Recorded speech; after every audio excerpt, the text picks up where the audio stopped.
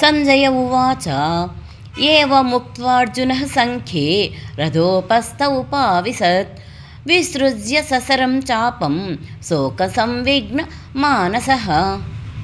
సంజయుడు పలికెను. రణరంగంలో అర్జునుడు ఈ విధంగా పలికి తన ధనుర్బాణాలను ప్రక్కకు పడవేసి దుఃఖముచే మనస్సు ఉద్విగ్నము కాగా రథంలో కూర్చుండిపోయాడు. భాష్యం. శత్రువుల పరిస్థితిని గమనిస్తున్నప్పుడు అర్జునుడు రథంలో నిలబడి ఉన్నాడు. కానీ అతడు ఎంతగా దుఃఖమగ్నుడయ్యాడంటే తన విల్లంబులను ప్రక్కకు పడవేసి తిరిగి కూర్చుండిపోయాడు. భగవద్భక్తిలో ఉన్నట్టి అటువంటి దయాపూర్ణుడు, కోమల హృదయుడు అయిన వ్యక్తియే ఆత్మ జ్ఞానాన్ని స్వీకరింపడానికి యోగ్యుడు.